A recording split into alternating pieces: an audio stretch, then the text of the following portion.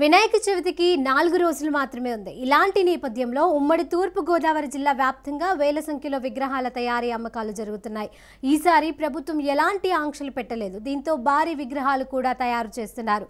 జిల్లాలో ఎక్కడ చూసినా వినాయక విగ్రహాలే కనబడుతున్నాయి. అయితే 5 రోజుల పాటు రాష్ట్రంలో భారీ వర్షాలు పడతాయని వాతావరణ శాఖ ప్రకటించిన నేపథ్యంలో నవరాత్రి ఉత్సవ నిర్వాహకులు భయాందోళనకు గురవుతున్నారు. ఎక్కువ రేటు పెట్టి విగ్రహాలు కొంటే వర్షం వస్తే ఇబ్బంది అని వాపోతున్నారు. వినాయక చవితికి ముస్తాబవుతున్న విగ్రహాల తయారీ కొనుగోలుపై మా ప్రతినిధి సాంబశివరావు మరిన్ని వివరాలు అందజేస్తారు.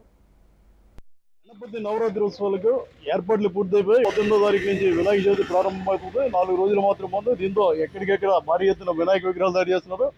ఈసారి ప్రభుత్వం కూడా వినాయక విగ్రహాల సైజులకు సంబంధించి కానీ ప్లాస్టర్ పారిస్ కానీ ఎలాంటి ఆంక్షలు పెట్టకపోవడంతో భారీ విగ్రహాలు రంగురంగుల్లో జనాలు ఆకట్టుకున్నాయి. పెద్ద ఎత్తున కొనుగోలు చేసి తీసుకెళ్తున్నారు. ఇప్పటికే చాలా మంది అడ్వాన్స్ ఇవ్వడం జరిగింది. సరే, మీరు ఈ విగ్రహాలు ఎక్కడి నుంచి తీసుకొచ్చారో, ఎలా అమ్మకాలు ఎలా ఉన్నాయి సార్? అమ్మకాలు అయితే కొద్దిగా ఈ సంవత్సరం అయితే కొద్దిగా స్లోగానే ఉన్నాయి సార్.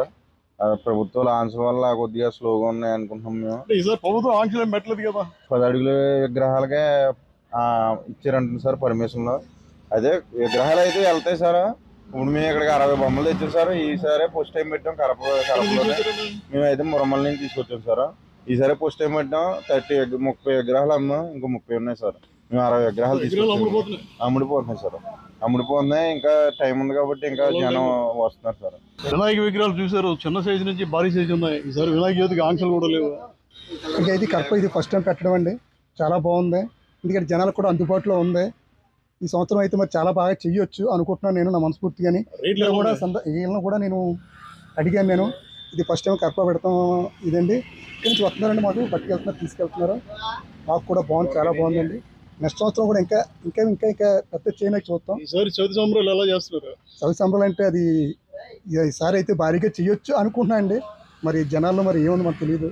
ఈ సంవత్సరం వినాయక చవితి బాగా చేసుకుందాం అనుకుంటున్నాం, గ్రాండ్గా సెలబ్రేట్ చేసుకుందాం అనుకుంటున్నాం. కానీ వర్షాల కారణం వల్ల అంతరాయం జరిగేలా ఉందని అభ్యంతరం తెలియజేస్తున్నారు ప్రజలందరూ. వర్షాలు లేకపోతే చాలా భారీ ఎత్తున బాగా చేయగలుగుతామని కోరుతున్నారు.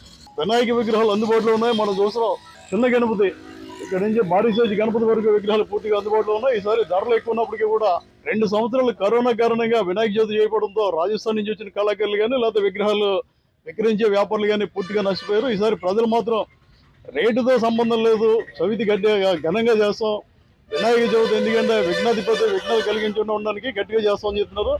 కానీ 5 రోజుల పాటు భారీ వర్ష సూచన చేసే నేపథ్యంలో వర్షాలు పడితే మాత్రం ఇబ్బంది అవుతుంది. ప్రతి సంవత్సరం వినాయక చవితికి వర్షం రావడం, చిన్న జల్లులు పడతాయి. ఈసారి మాత్రం 2 తెలుగు రాష్ట్రాలకి 5 రోజుల పాటు వర్షాలు చెప్పారు కాబట్టి వర్షాలు వస్తే మాత్రం ఆటంకం కలుగుతుంది. లేదంటే భారీ సైజు విగ్రహాలు తీసుకెళ్లి చవితి సంబరాలు చేస్తామని నిర్వాహకులు చెప్తున్నారు. అదే విక్రయదారులు కూడా ఇప్పటికే చాలా విగ్రహాలు అమ్మడం జరిగింది. ఇంకా 4 రోజులు టైం ఉంది కాబట్టి విగ్రహాలు అమ్ముడిపోతాయని ఆశాభావం కూడా వారి నుంచి వ్యక్తమవుతుంది. Back to studio.